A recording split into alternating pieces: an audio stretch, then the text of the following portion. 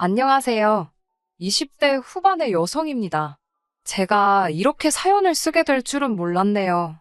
막상 이혼은 했는데 마음 한켠이 여전히 갑갑하고 막막하고 털어놓을 사람도 마땅치 않아서 이렇게 사연을 적어봅니다. 남편과 저는 같은 대학을 나왔습니다. 하지만 같이 학교를 다닌 것은 아니기에 서로의 존재는 몰랐지요. 그런 남편과 제가 만나게 된 건 선배와의 대화라는 취업 관련 프로그램을 통해서였네요.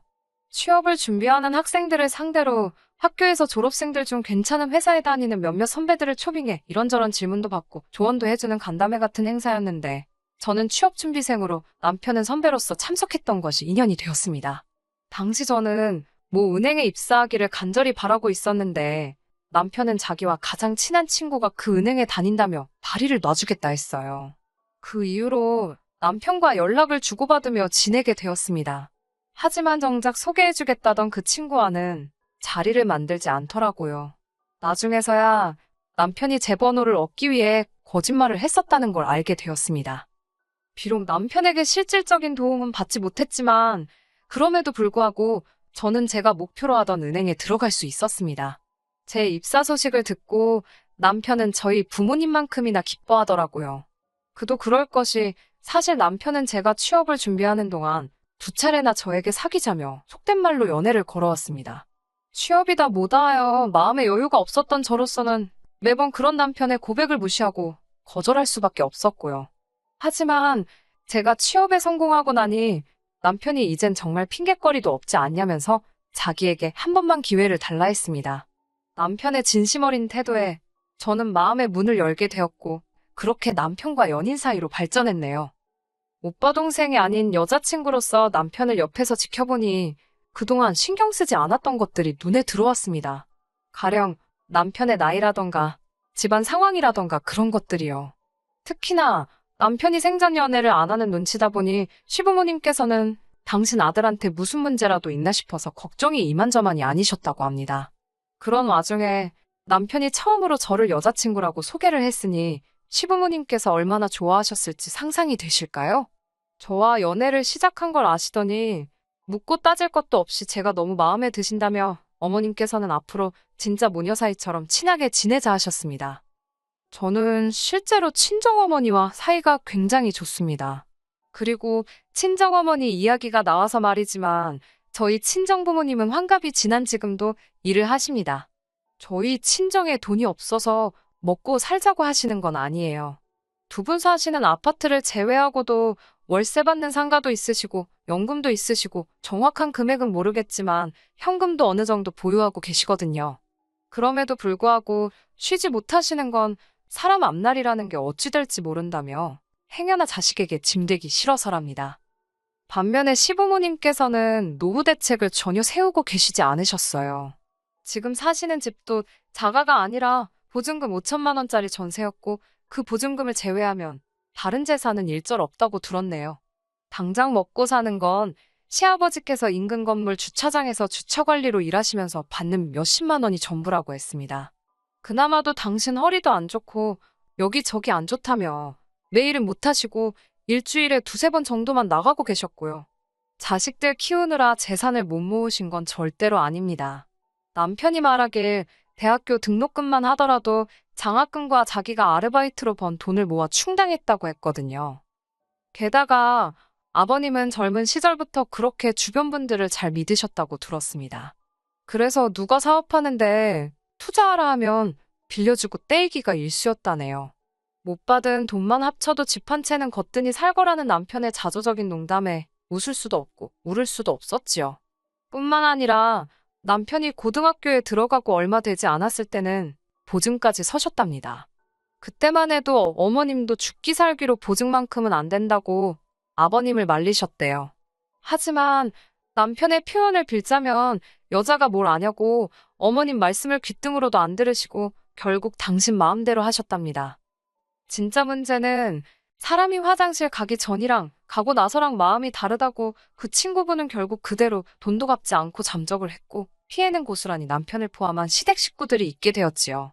그나마 지금 살고 계신 집 한 채 지키고 계신 것도 용하다며 웃어버리는 남편을 보고 저 속이 말이 아니겠구나 싶었습니다.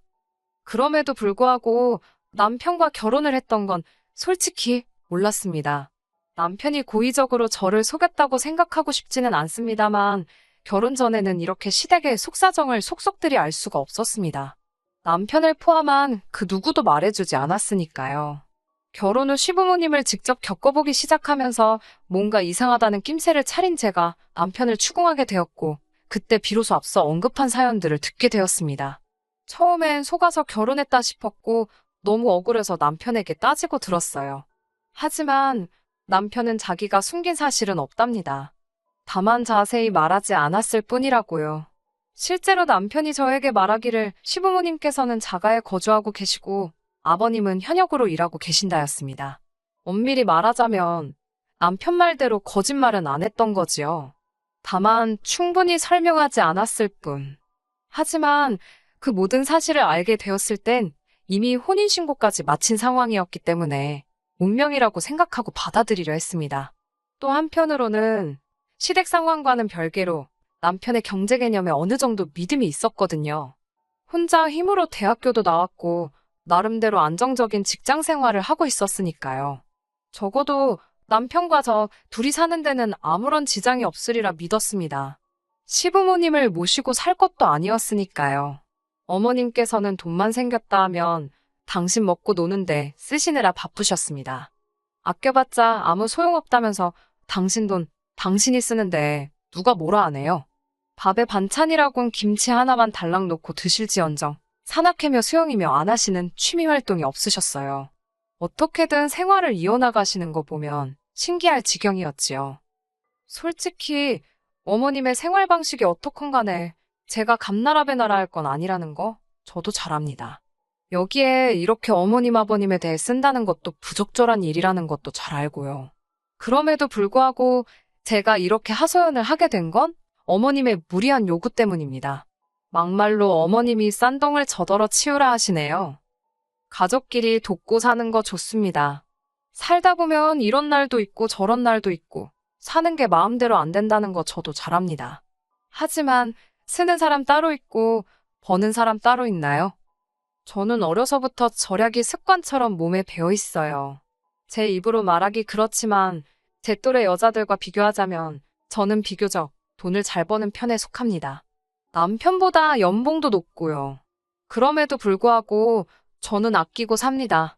먹고 싶은 거 다 먹지 않고 입고 싶은 거 다 입지 않고요. 솔직히 사람 일이라는 게 당장 내일 무슨 일이 생길지 아무도 모르잖아요. 그렇기에 저축은 제 나름대로의 대비책이라고 할 수 있겠습니다. 하지만 어머님께선 그런 저를 바보천치 취급을 하셨습니다. 한번 살다가는 인생인데 왜 그렇게 심심하게 사냐고요. 돈돈돈 하고 살다가 써보지도 못하고 죽는다며 농담을 가장한 악담을 하시기도 일쑤였습니다. 그럴 때마다 속에서 천불이 났지만 어머님하고 싸워봤자 기센 며느리 소리나 듣지 저한테 득들 게 없더라고요.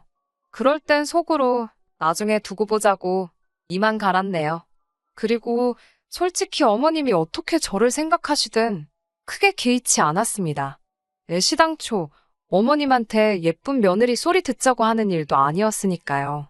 그러다 정말 상상하지도 못한 곳에서 일이 터졌습니다. 도대체 어머님은 무슨 생각으로 그러셨던 걸까요? 남편에게는 위로 2살 많은 누나가 있어요. 유치원에서 보조교사로 일하고 있는 신우의 성격은 대체로 순하고 조용조용합니다.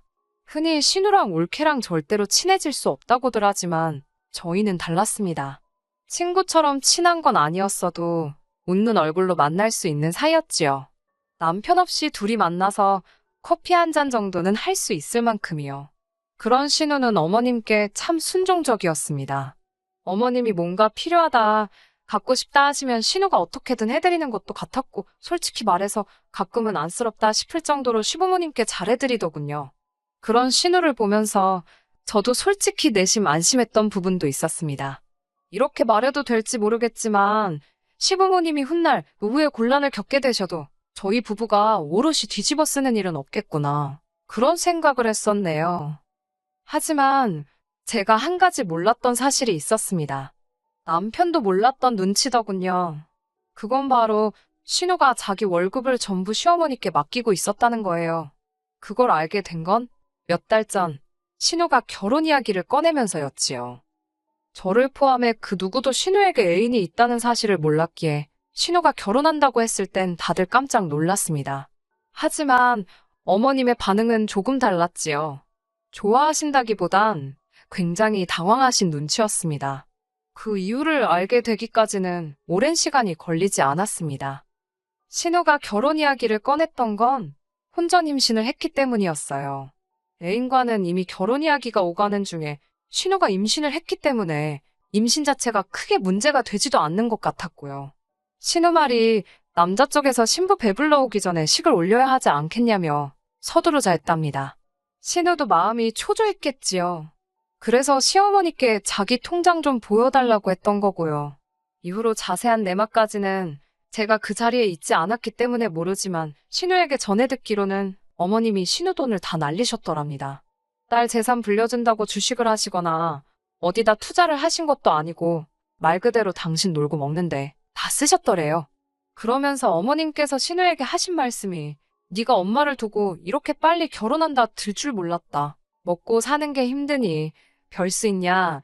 일단 있는 돈부터 써야 하지 않겠냐. 신우 입장에서는 하늘이 노랗고 복장이 터질 만한 소리였지요. 그 이야기를 전하며 울먹이는 신우를 보고 있으니 마음이 너무 안 좋았습니다. 그간 도대체 무슨 수로 저렇게 먹고 노시나 했더니 그게 당신 딸 갉아먹고 계신 걸 줄이야. 누가 감히 상상이나 했겠어요? 아버님도 노발대발하시면서 저희 앞이라는 사실도 잊으셨는지 어머님더러 여편네가 노망이 났다고 가져다 쓸 돈이 없어서 딸 돈을 훔쳐다 썼냐며 온갖 욕을 퍼부으시더군요. 신우는 아무 말도 못하고 닭똥 같은 눈물만 흘리고 이를 어쩌면 좋냐면서요. 남편이 매형될 사람한테 솔직히 말해보는 게 어떻겠냐고 물으니 신우가 펄쩍 뛰었습니다. 남자 쪽에서 가뜩이나 가진 거 없는 친정이라고 자길 탐탁치 않아 하는데 어떻게 그런 소리를 하냐면서요. 며느리지만 제3자이기도 했던 제 입장에선 뭐라 할 말이 없었습니다. 남편에게 아버님이 과거에 얼마나 많은 실수를 하셨는지 다 들었지만 제가 이 집에 시집 오고 나서는 솔직히 아버님은 크게 저희에게 피해 준 건 없으세요. 저희도 아버님께 크게 도움드린 것도 없지만 그래도 이따금씩 저희가 용돈 얼마라도 드리면 굉장히 좋아하시고 잘 쓰겠다 하셨거든요.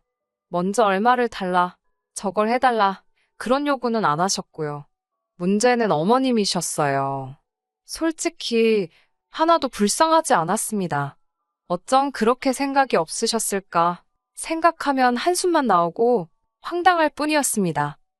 그런데 그 불똥이 저희한테 튈 거라곤 상상치도 못했네요. 한 일주일쯤 지났을 때였을까요? 시부모님의 호출로 온 가족이 다시 모이게 되었습니다. 어머님께서는 말도 안 되는 말씀을 하시더라고요. 저희더러 신우 결혼 비용을 대라셨습니다. 저는 저희 어머님이 그렇게 경우도 없으시고 억지 쓰기를 좋아하시는 분인지 그때 알았네요. 사람이 궁지에 몰리면 되는 게 없다더니 정말 제정신으로 말씀하시는 건가 싶더라고요. 어머님께 어머님이 다 탕진하신 신우 재산을 왜 저희더러 메꾸라는 거냐고 따지고 들었습니다. 이번만큼은 저도 제 목소리를 내야지 안 내면 큰일 나겠더군요. 남편도 어이없다는 듯 어머님께 그렇게는 못한다고 목에 핏대를 세우더라고요. 저희 결혼할 때 집 하는데 보태주신다고 그러셔서 그것만 믿고 직구했다가 잔금 못 치를 뻔한 거 저희 친정에서 도와주신 거 모르시냐고. 그거 지금 갚느라 저희도 여유 하나도 없다고 말 그대로 제가 다다다 쏟아냈습니다.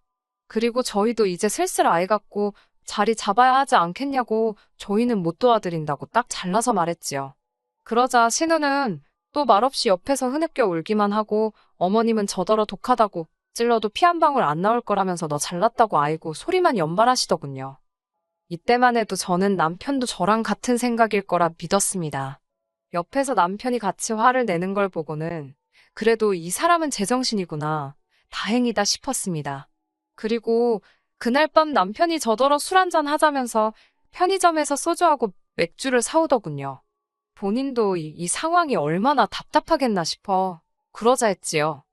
그런데 술이 몇 잔 들어가자 남편이 슬슬 헛소리를 하기 시작했습니다. 남편이 저더러 자기 누나가 몇 살인지 아냐면서 이미 노산이랍니다. 그렇지만 너는 젊잖아라면서 우리는 앞으로 기회가 있다며 혀꼬부라진 소리를 하더라고요. 이게 뭔 소린가, 무슨 기회가 있다는 건가? 마음 한켠에서 스멀스멀 안 좋은 예감이 들더라고요. 괜히 더 앉아있다가 서로 감정이나 상하겠다 싶어서 그만 마시고 들어가서 자라니까 자기 안 취했답니다. 그러면서 이번 한 번만 좀 도와달래대요.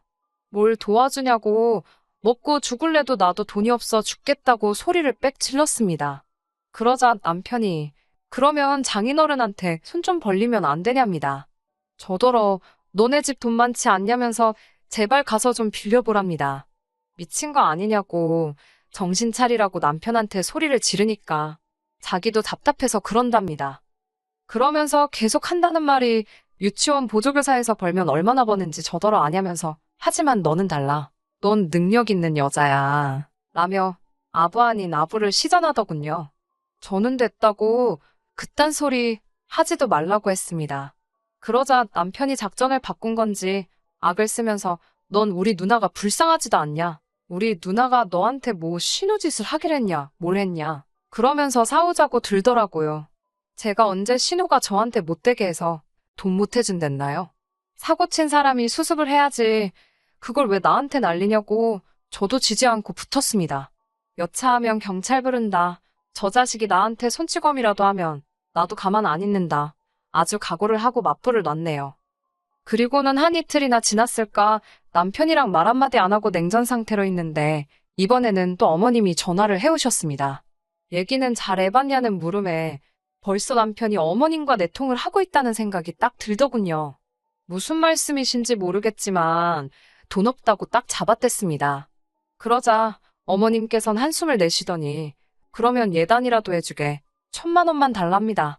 어이가 없어서 아들 장가 갈 때는 이런 한 푼 안 해주시더니 어떻게 1,000만 원을 저한테 찾으시냐 그랬어요. 그러자 너는 신우가 혼전임신까지 해서 아주 그 집에 기어 들어가면 좋겠냐입니다. 저는 신우한테는 유감이지만 어머님이 그렇게 만드신 거 아니냐고 되물었습니다. 그러자 어머님께서는 정말 저한테 정 떨어진다면서 당신 아들하고 이혼하랍니다. 저같이 독한 엑스랑 사는 거 못 보시겠다면서요. 그 말 듣는데 어머님도 믿는 구석이 있으시니 나한테 저렇게 말을 막 하시는구나 싶더군요. 당신이 아무리 막말을 해도 아들이 당신 편이다 이거였지요.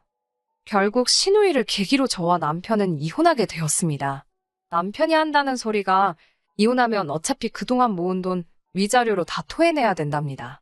멍청한 소리하고 있다고 당신이랑 나랑 2년밖에 안 살았고 당신 결혼할 때 해온 것도 하나 없고 월급 관리도 따로 하고 있었는데 무슨 위자료냐고 변호사 사무실에서 듣고 온 그대로 읊어주었습니다. 그리고 아니나 다를까 위자료는 개뿔 남편이 결혼할 때 자기가 모은 돈이랍시고 3,000만 원 들고 와서 집 살 때 보탰거든요. 그거 친정 아버지가 2,500이라도 받고 떨어지라며 던져주셨네요. 집은 원래 시댁에서 7,000 보태주신다더니 이것도 생각해보면 어이없어요. 재산이 7,000이 없는데 어떻게 저런 약속을 하셨던 건지. 아무튼 시댁에서 빵꾸 내신 덕에 친정에서 도와주셨거든요. 그러면서 명의도 제 명의로 사게 돼가지고 뭐 나누고 말 것도 없었습니다. 남편은 그 2,500으로 뭐 했을까요? 신우 시집 가는데 보태줬을라나 모르겠네요. 솔직히 전 남편이 저와 이혼할 때 어머님이 어느 정도 부추기신 것도 있다고 생각합니다. 위자료 타령은 어머님 입에서 먼저 시작되었거든요. 참 바보 같지요. 돈 앞에선 자식들 인생이고 뭐고 안중에도 없으신 모양이에요. 남편이나 신우가 불쌍할 뿐입니다. 끝까지 들어주셔서 감사합니다. 오늘의 사연은 여기까지입니다. 구독과 좋아요, 알람 설정 부탁드리고 더 좋은 사연으로 다시 찾아뵙겠습니다. 감사합니다.